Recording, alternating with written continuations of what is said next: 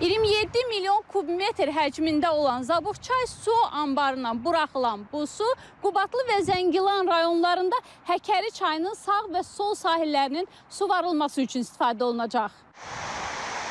Görülən işlər çərçivəsində su anbarı və ondan qidalanan 51,6 kilometr uzunluğunda magistral boru xətti inşa edilib. Bu il Zəngilan və Qubadlı rayonlarının ərazisində yerləşən aqroparkların ümumilikdə 2900 hektar əkin sahəsi Zabuqçay su anbarından suvarma suyu ilə təmin edilib. Gələcək üçün də bir sıra yeni planlar var. Gələcəkdə bizim planlarımızda Həkəri çayında 91 milyon kub su həcmi olan anbar tikiləcək.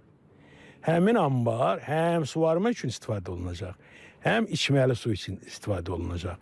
Təxminən ondan 1 milyon 800 min əhali istifadə edə biləcək. Həm su təminatını içməli yaxşılaşdıracaq, həm də suvarma. Ondan sonra Bərgüşadda biz 67 milyon kubluq su anbarının tikilməsi nəzərdə tutulur. O da eyni sahələrə xidmət ediləcək.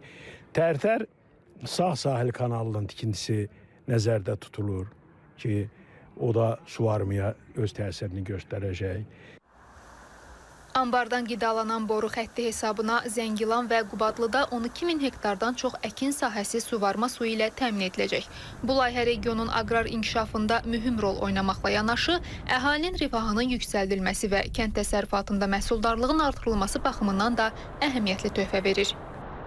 Tahirə Teymur qızı, Ramin Mehdi, Aysən Ələkbərova, İTV Xəbər, Laçın.